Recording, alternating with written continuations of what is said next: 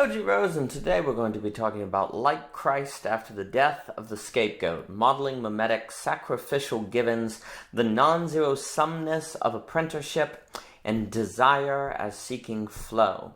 Considering Battle to the End by René Girard, alongside The Triumph of the Therapeutic by Philip Reeve. And this conversation also was inspired by a voicecraft session we had the other night that went on for 5 hours because voicecraft is awesome. And René Girard came up in the conversation, and I'd been thinking about René Girard and how he may be fit within a framework of the work of the great Philip Reeve, who I recently spoke with Owen about. I was also been interested in Girard. I think the book Battling to the End might be my favorite of his. I have not read all of his texts. He is a very renowned thinker today. I'm always very interested in these literary critics because I think in literature you can see certain patterns, you can see different styles. And if people choose to write X way, that says something because they could have chosen to write Y way. And if you have a bunch of cultures that are choosing on their own to write a story that follows a certain pattern when those cultures don't necessarily interact, that might suggest something deeper. That might suggest something emerging that points to what human beings are actually like in their very deepest essence. So René Girard was a very famous literary critic, but today he is known for his theory of mimetic desire, which is basically that human beings tend to decide what they desire based on what other people desire. And that creates conflict, of course, because if we both desire the same woman or the same car or the same job, then you're a threat to me. And so there's conflict. And the way that societies dealt with mimetic desire was a scapegoat mechanism, where you have someone take on the sins of the world, you have someone be framed as causing all of the strife and trouble, and that scapegoat is sacrificed, and that brings social stability again. Things are stable. According to Girard, Jesus Christ at Calvary overturns the scapegoat mechanism by unveiling that the scapegoat is in fact a scapegoat, that he is innocent. And as a result, it's no longer acceptable to hold a society together by sacrificing a scapegoat. Now, what's interesting is that René Girard basically suggests that the world might be in huge trouble because of this. If human society has held itself together for so long, thanks to the scapegoat mechanism, and now it no longer has that, but it still has the problem of mimetic desire, then Jesus may have unleashed upon the world the apocalypse. He may have made the apocalypse inevitable. This really comes out in Battling to the End, and I find it very interesting because what you see is there's a sense in, it's great that the scapegoat mechanism is over with, but René Girard sees this escalation of mimetic desire and no way to contain mimetic desire, which the severity of that problem greatly skyrockets as technology advances and you get the possibility of total war. Before total war, maybe not having the scapegoat would have been bad, but not apocalyptic, but now it can be apocalyptic. And in this book, he's going to be talking about Clausewitz, Napoleon, the arising of modern warfare, and how there's actually a sense in the very formation of war and the theory of war that suggests mimetic desire is the case. But the main thing I will be focusing on in this work is the notion of how do we address the problem of mimetic desire now that Jesus has overturned the scapegoat mechanism. That's the main focus of this work. But I highly suggest Battling to the End. I think that book is really, really good. I was quite impressed by it. Now, Girard, in the book, he makes this point where everyone's always saying, hey, Girard, you're trying to explain everything according to mimetic desire, and, you shouldn't do that. And Girard basically is like, well, now we know about mirror neurons. Like, we know that mimicry is a huge dimension of human beings, so we should expect mimicry to explain a lot of human action. So he defends mimetic desire, and I myself resist monotheories, theories of everything, single theories by which to explain the world. It is indeed the case that it would seem to be that humans require imitation, modeling to learn. He makes that point. He says we all basically start learning through imitation, and that naturally just, leads right into mimetic desire. It leads to mirroring and then mimetic desire. So there's something about Homo sapien, Homo kind of mirias or something, where mimicry, modeling seems deeply part of our very being. And because of that, we should expect Rene Girard's theory to explain a lot, even if it does not explain everything. And indeed, I think we see, as China and America become similar, the likelihood of conflict rises. I think we see that in global networks where people are able to see what other people have, how that greatly increases conflict, because people are becoming like one another and seeing that they're becoming like one another, and that seems to be creating trouble. So, there's two ways you judge a theory, you can judge a theory according to its internal consistency, but you can also judge a theory according to its predictive power. And I think in Girard, we do see a lot of predictive power, so the theory should be taken quite seriously. And I don't actually view what I will be saying as claiming that Rene Girard is wrong or anything like that. He's obviously correct about a lot, and is an extremely useful thinker. Mostly what I'll be exploring in this paper is, I think, critical distinctions between, say, modeling and mimetics, and how Jesus actually does give us a model after Calvary to be like Christ. That if you try to model Jesus and become like that individual, that puts binds and containers on mimetic desire. So there are ways to bind mimetic desire other than the scapegoat. Now, I will note here that I have not read all of Rene Girard. I am not a world-class scholar on Rene Girard. He easily has works where he makes a distinction between modeling and mimetics and argues that modeling is a way to contain mimetic desire. I do not know. If he says that, please realize that what I'm arguing is nothing new. And one should always, generally, expect whatever ideas they have to be ideas that someone else already thought. That's, I think, good. It's good to think that way, because then you're not in the business of giving, it's like Moses coming down from a mountain. I think it's important not to view oneself as bringing golden tablets from a mountain. Anyway, so the paper will make this distinction between modeling and mimetics. And again, what Christ teaches us to do in his life is how to be like Christ. Thus, he prepares us for what to do after Calvary. Now, before going into that, I do want to note that we seem basically set up to fall into mimetics, which then makes us fall into mimetic desire for a few reasons. First, we all start by modeling. We all start by imitation. Rene Girard in the book says this. And that seems to be right there to suggest, that right there kind of sets us up to fall into this problem of mimetic desire. We seem as human beings to have some level of unavoidable modeling that we must go through in life. And the other thing is, if school basically is set up to suggest that modeling is how you learn, as arguably it must. I mean, it kind of must, right? You have to have a teacher. Well, then the very structure of school would almost say it's ethical to model. It's ethical to be like another person. And that suggests kind of Neil Postman talking about the meaninglessness of the message from Marshall McLuhan and applying it to education, as he does in his book on the end of education, and teaching a subversive act. And we have a paper on that called Trivial.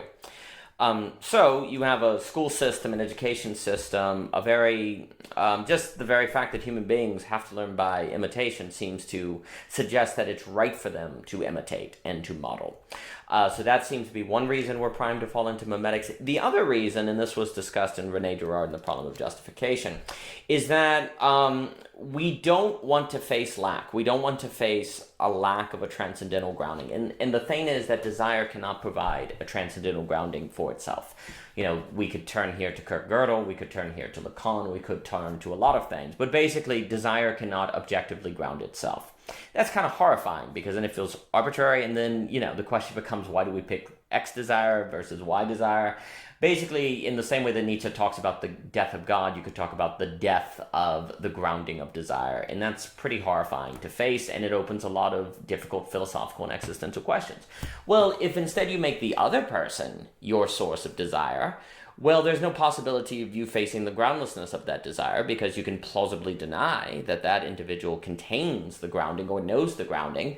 And so by mirroring them, you can avoid the possibility of discovering that desire has no transcendental grounding, and thus carry on about your business. So there's a way in which the act brings existential stability and existential relief. That might be another reason why we seem so prone to mimetic desire. And yeah, I mean, you can never access the consciousness of another person. only your own consciousness, so you're safe. There's no possibility of entering their head and finding out that, desire for them lacks transcendental grounding just as much as it does for you. So I think that particular epistemological problem, which is brought out in The Truism of the Rational, is also another reason why we might fall into mimetics. Now, here, the paper will move into describing how I think Philip Rieff and Girard can be seen together.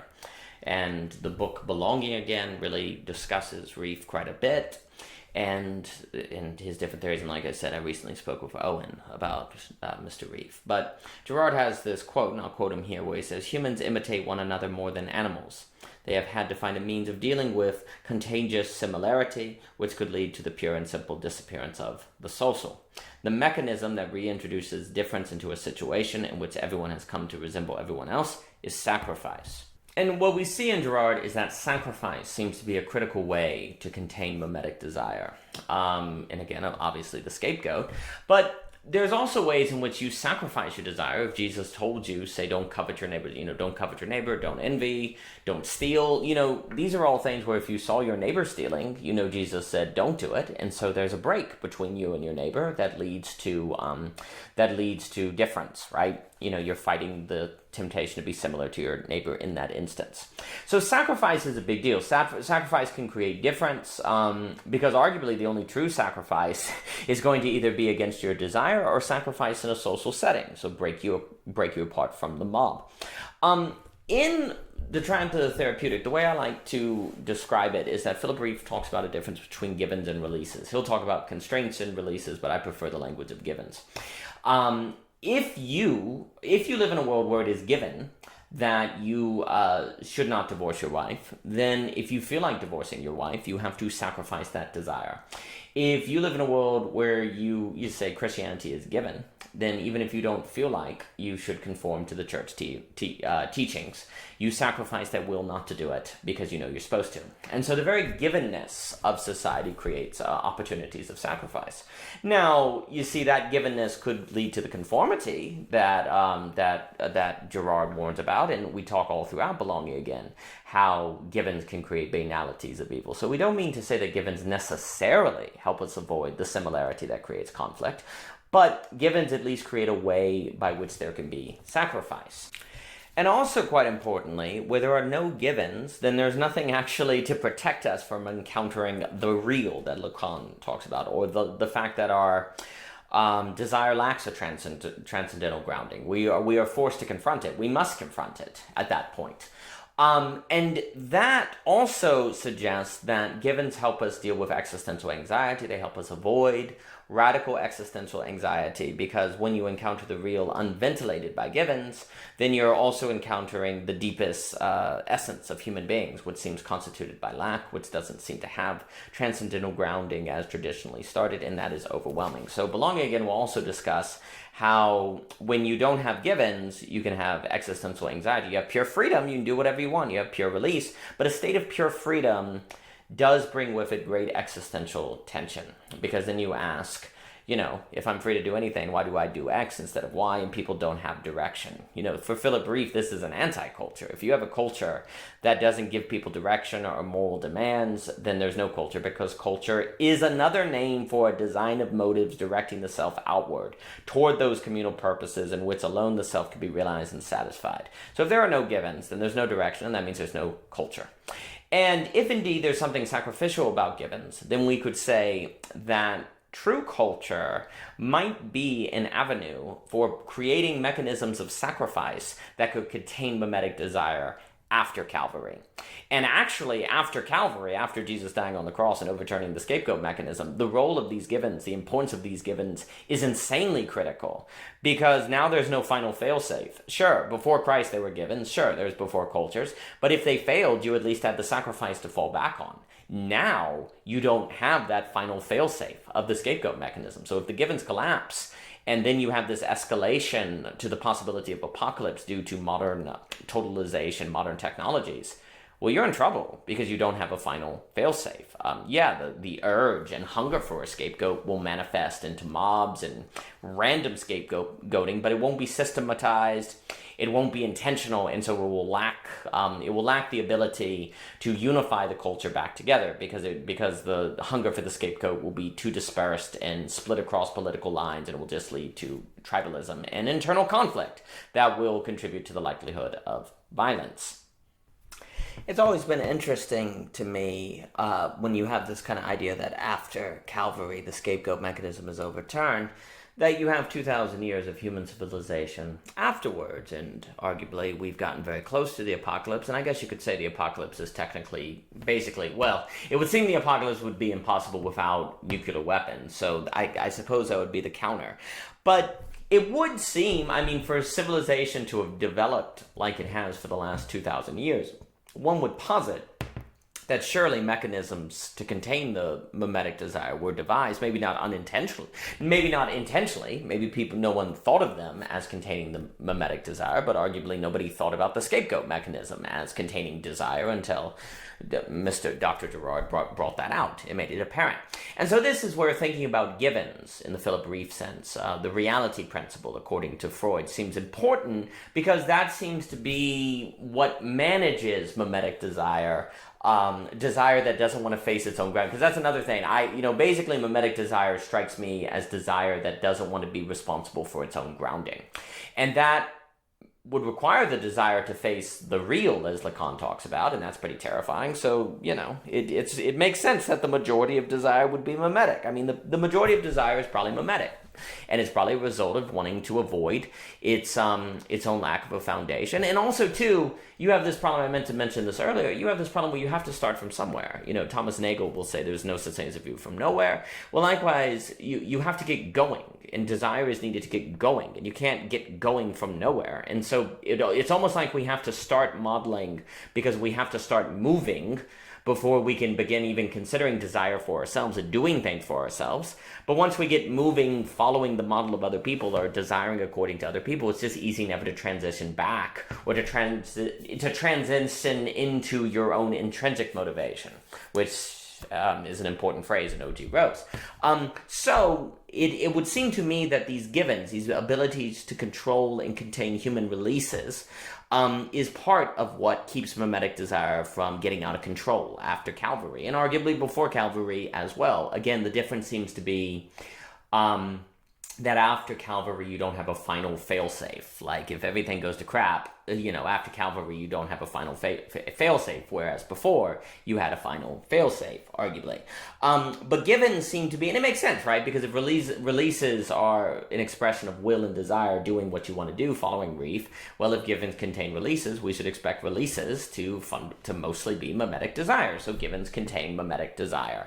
Precisely because givens contain desire, and the majority of desire is going to be mimetic. It just seems probable.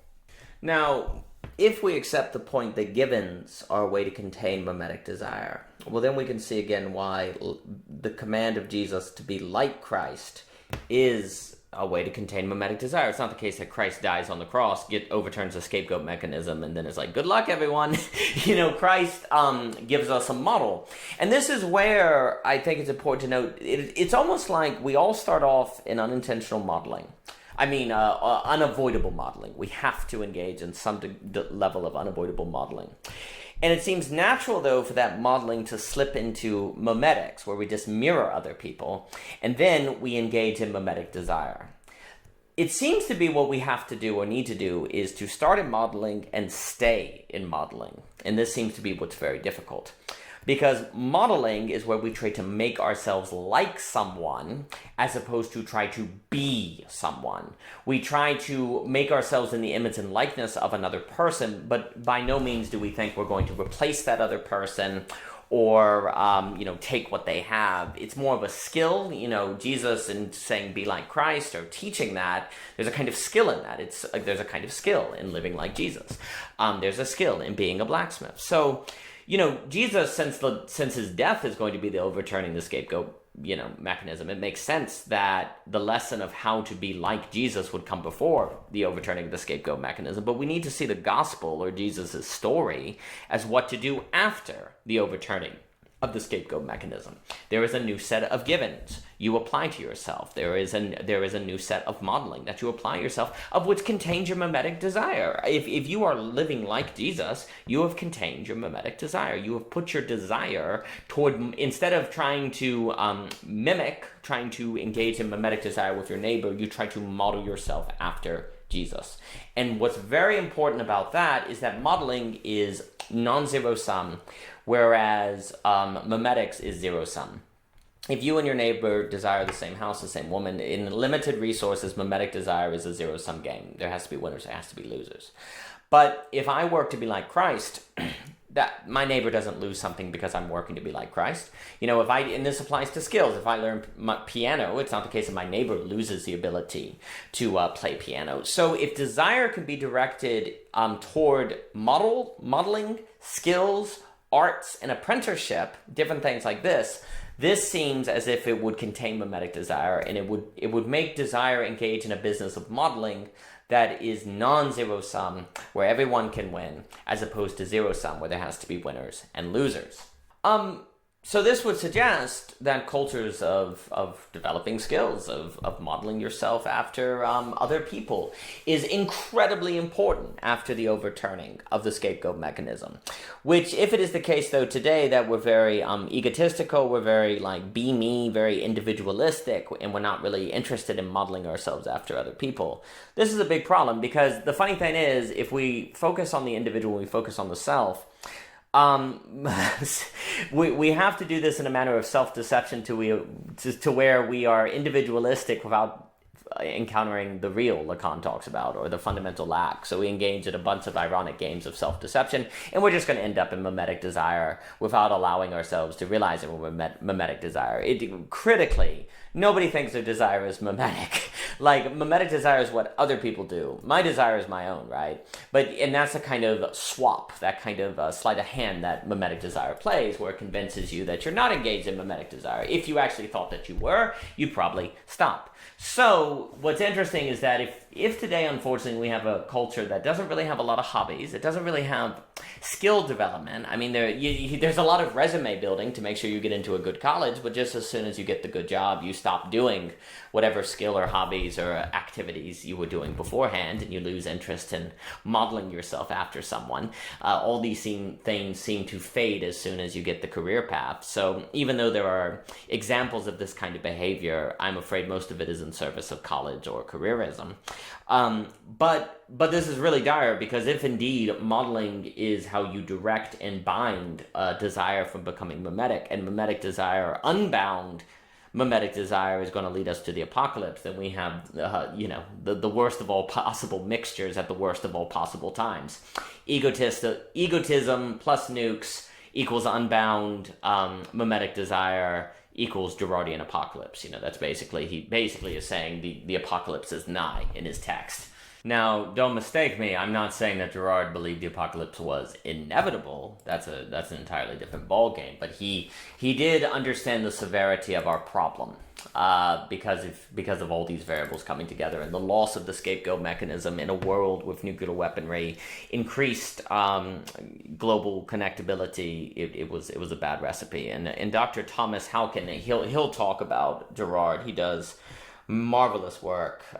He's recently started a series on techno-social, and so I highly suggest his work.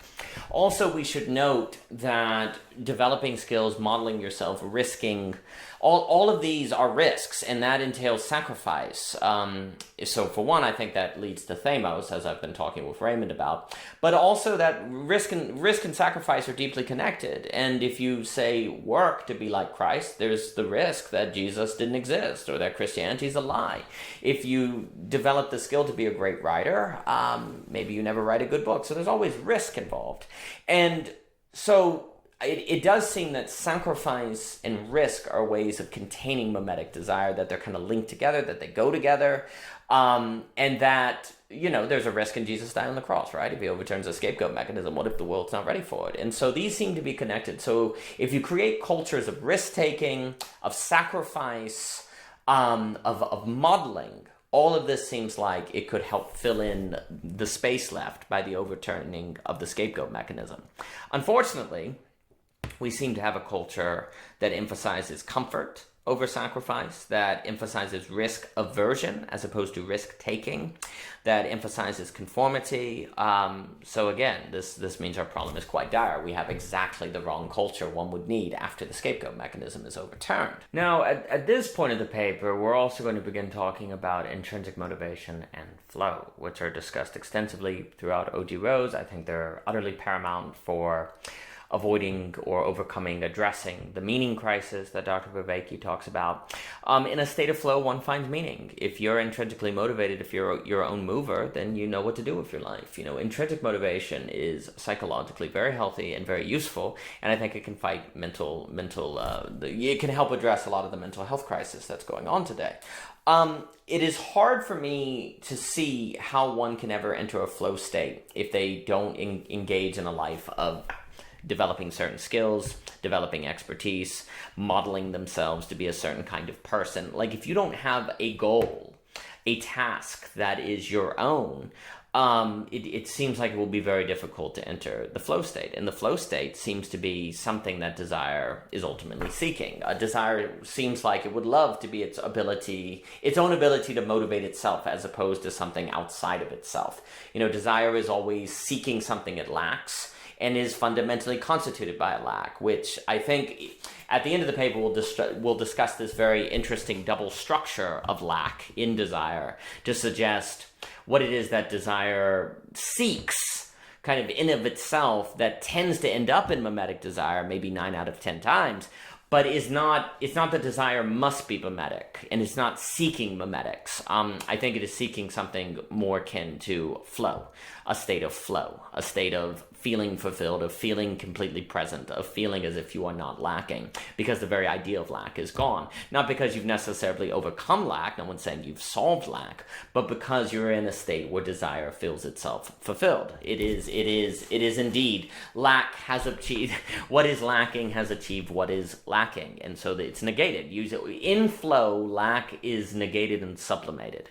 That's kind of the key. A flow is a negation and sublation of desire. And I don't mean to say that flow is always morally good. It's imaginable that, say, a Nazi enters a flow state to do something terrible. So we must be careful to say that flow is always good. And that would get us into where one needs the true, beautiful, and good at all times. And if you have a flow state that was missing one of those, it would be problematic. But that all aside, in this, on this topic of addressing mimetics, flow seems important, and developing skills, modeling oneself is how you create a target relative to which you can enter into a flow state as you try to obtain it, or as you try to practice it and live it out. And that would be non-zero sum. The flow state is not really zero sum in that regard. And so it would seem as if you have to have some practices of modeling to have any possibility of intrinsic motivation and flow, of which would then suggest that flow and intrinsic motivation are paramount for addressing mimetic desire after the overturning of the scapegoat mechanism. Basically, it would seem to me that intrinsic motivation is the exact opposite of mimetic desire. For intrinsic motivation is also intrinsic desire, which is when we are our own source of action and want. Whereas mimetic desire / motivation, desire and motivation are always tied, is when we look to others outside of us to determine what we should want and do. In this way, the spread and cultivation of intrinsic motivation is the binding and overturning of the problem of mimetic desire after Calvary. So intrinsic motivation is a big deal. I talk about that a lot in the context of Hegel, and also in the work on Hegel, there's a lot of emphasis on skills, habits, determination, things that we have chosen to impose upon ourselves to restrict our freedoms precisely so that we can find freedom in, not just freedom from. So I think all of this overlays with Hegel, and basically where the paper and belonging, again, we'll talk a lot about absolute knowing, absolute knowers, communities of absolute knowing, Nietzschean individuals, Deleuzian individuals, these things overlay. All of this, to me, is addressing the problem of mimetic desire after Calvary. An absolute knower would indeed be someone who has modeled themselves after a certain way of being, a certain kind of person, and that kind of person is not someone who is controlled by lack into a state where they are mimetic with others to avoid encountering that lack. Instead, that individual has integrated with lack, they've come to terms with lack, and in fact can see it as the necessary prerequisite for flow states, to have the ability to be fully immersed in the world. If we did not have lack, we would not be in the world, and we would not seek anything. We wouldn't seek anything in the world, and we wouldn't have a source of desire, and if we didn't have desire, we wouldn't be motivated. So in absolute knowing, we come to understand that this predicament of having a desire that is lacking something, of which then makes us susceptible to falling into mimetic desire, that risk is necessary if human beings are to be alive at all. And absolute knowing would be a state where we come to terms to that, and it would also provide a source of modeling. So for me, all of this, the intrinsic motivation, the absolute knowing, the flow, all of these things tie together into the question of addressing mimetic desire. At the end of the paper, we're going to be talking about, Girard will have this point where it says, the fetters put in place by the founding murder, but unshackled by the passion, are now liberating planet-wide violence, and we cannot refashion the bindings because we now know the scapegoats are innocent. And with that, Girard frames our plight. And with the collapse of givens, a symbolic order in which we can fit and meaningfully find ways to model ourselves in our lives, we are accelerating swiftly toward the destruction of the world. There we put together Reef and Girard. And the final point is there's this question when you read Girard, if desire is mimetic. Like, is it essentially mimetic? Like, what is desire? And there's something where it seems as if desire is usually mimetic, but does it have to be mimetic? So there's this question of what is the structure of desire? What is desire to itself? And we've already mentioned it, but desire is a lack and also lacks. It's this double move, where desire exists because we lack something, and yet that would mean that if you got what you lacked, desire would go away. So there's this weird self-negating principle to lack. So our desire is constituted by a lack because what it is lacking the thing that you desire, and it's simultaneously lack. So it's always kind of a lack with the S in parentheses sort of thing. You see, what's interesting to me is that therefore lack is a kind of nothing, right? It's not, I don't want to say it's not nothing. I talked with that with Thomas Jockin, but it's a kind of nothing. And so we desire lacks. We want to lack that lacks nothing. We want to lack that lacks nothing. That's ultimately what we want. We desire to not have to desire. This is the kind of weird move.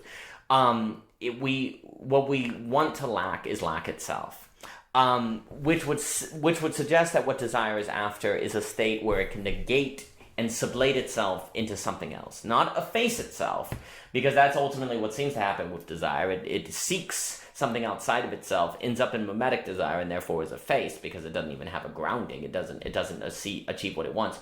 But you see, if desire desires to no longer have to exist because what we want is obtained, if lack seeks to be absent of lack, it wants to lack.